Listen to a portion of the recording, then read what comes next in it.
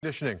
And our national correspondent Justin Michaels has been on the ground in Houston for the past several days. And Justin, I know people are probably, their minds are blown that they still don't have power after just a Category 1 hurricane made landfall about 60 miles to your south.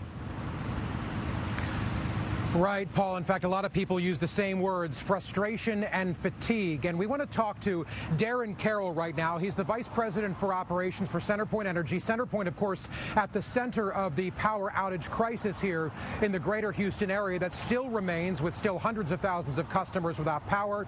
That does equal millions of people. Darren, we're grateful for your time. And I'll preface this question by citing your own website. CenterPoint's website right now says there are many communities, many areas that are going to be under review until July 19th. So I ask you, sir, could it take that long to have power restored to still many hundreds of thousands of customers? There are. Good morning. There are certainly cases where it could take that long, depending on if a complete rebuild of the system feeding that localized area is required. That said, we're doing everything we can to minimize that. So as your crews go around, what are the biggest challenges they're finding as they move across Houston, move across East Texas, and try to solve this power outage problem? It's really vegetation damage, and not just branches. We do, of course, have some branches, which, makes a lot of sense. But, we have just thousands of trees that have come completely down, root ball and all. These trees had giant canopies. The ground was soft. The trees had been weakened through droughts and other things. And so you just had entire trees coming down the lines, and you got to get that out of the way before you can pick the lines back up. Darren, as the VP of Operations, of course, you understand the infrastructure of your company and the infrastructure on this street and all across this area. Tell us, what is being done actively as you restore power to rebuild the infrastructure in a harder way, a hardened infrastructure for the next storm that comes? Are you taking steps now to harden CenterPoint's infrastructure? Yes, we certainly are. We have newer design standards in place than were in place when, some of that infrastructure was installed decades ago. And so we'll follow those new design standards. We also have resiliency plans that have been filed, shifting to more composite poles, different types of technology to help us segment the lines in different ways to reduce customer outages. So there are many steps that we're taking. As far as the build-up to this storm, we understand the cone kept moving, but for several days before the storm, Houston was certainly in the cone of uncertainty. And of course, we can always expect impacts outside of that cone, regardless of where the cone goes. Do you feel that CenterPoint was fully prepared as far as mutual aid? Were the contracts signed, crews set up? Were you adequately ready for this storm? We were prepared for the storm with the information, we had at the time. Before the storm hit, we had already procured over 4,000 resources from other areas. And, we had 2,000 what we would call native resources that are always here on our property. So, before the storm ever made landfall, we had, 6,000 plus resources ready to go.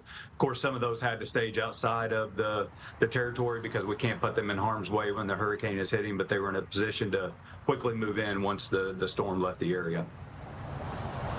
Because that's a question our crew had, and we've heard other Weather Channel crews, other media crews, because having covered many of these storms over the past, you always see those long lines of power crews, kind of like the cavalry know they're coming in to help, and we didn't see that this time. So you say that the crews that you had pre-positioned were outside of the threat area and moved in after the storm? Yes, which is standard. We don't want them, in the path of the storm where they could, be hurt or have their equipment damaged, which would just, obviously slow restoration times.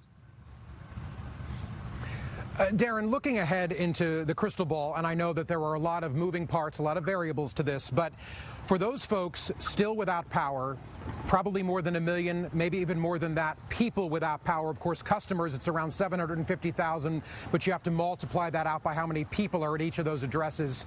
If you could look in the crystal ball, do you have a goal, or does your executive team have a goal to have the final customer have their lights turned back on? Is there a date on the calendar that this must be done?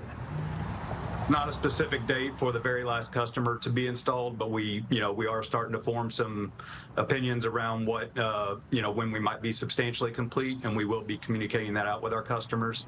Each day, each target that we've set, we've eclipsed that target. Yesterday, we had intended to have 795,000 customers remaining out of power at the end of the day.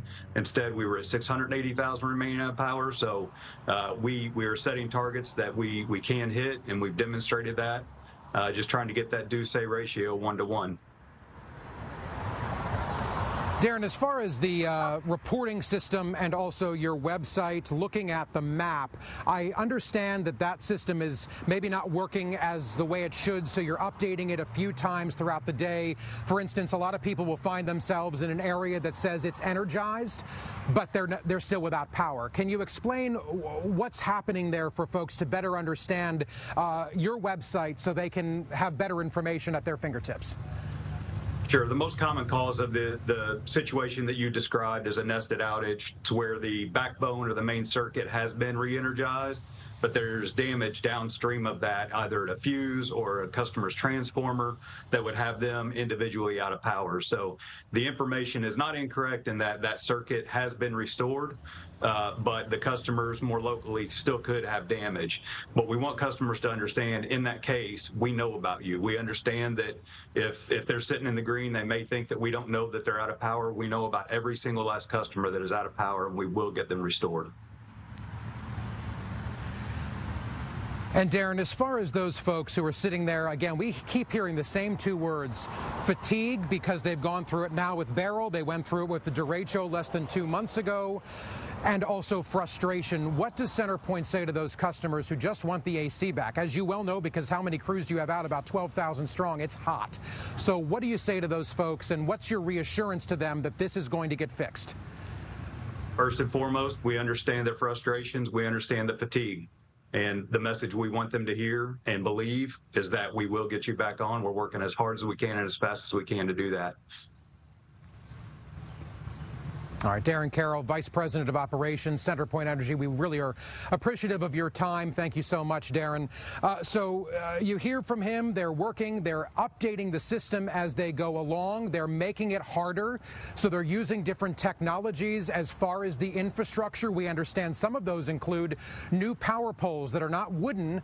They're a composite material that are stronger, can hold the wind better, are not going to tumble over or crack and bend and break off like we've seen as one example of the hardening of the infrastructure. Of course, the Weather Channel is going to continue to ask tough questions. We're going to be in close communication with CenterPoint over the days ahead, especially as still many hundreds of thousands of customers will likely start another week without power. The Weather Channel is on the ground in Houston and will stay here to keep you informed in the aftermath of Beryl. We're back after these short messages. Stay with us, folks.